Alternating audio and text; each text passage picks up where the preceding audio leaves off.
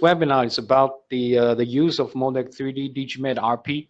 So actually, this is not a name of two products. It's a joint product. So this is why it's just one thing. Basically, it's a Digimat-RP product based on the Moldex3D frame. So we will be talking about how to use this software to deal with reinforced plastic parts when you'd like to include the processing microstructures consideration into your structural simulation. So just a quick review on the importance of having this function.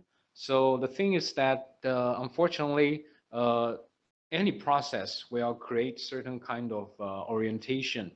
So probably the only one that does not give you a certain orientation due to process is the pre-preg compression or RTM. Those are the things that do the least, I shouldn't say damage, but the least change to your existing fiber mat or the woven fabric. But anything else, even short fiber, long fiber, or some non-woven fabric, they are all tend to change during any kind of process.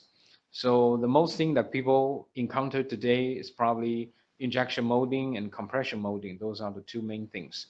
So the thing is that when you create a certain orientation inside your product, their strength or their stiffness is going to change because of their difference in orientation. So here, just to take a look at an example. So for example, if the force direction is aligned with along the fiber direction, so you will have the highest modulus.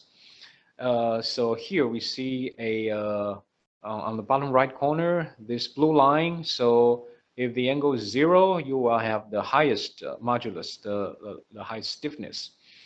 But if the material, the fiber is aligned perpendicular to the force direction, for example, here is 90 degree, you'll have the lowest modulus. Here it's close to 0, but of course it won't be 0. But the thing is that it's the force applied is only acting on the matrix.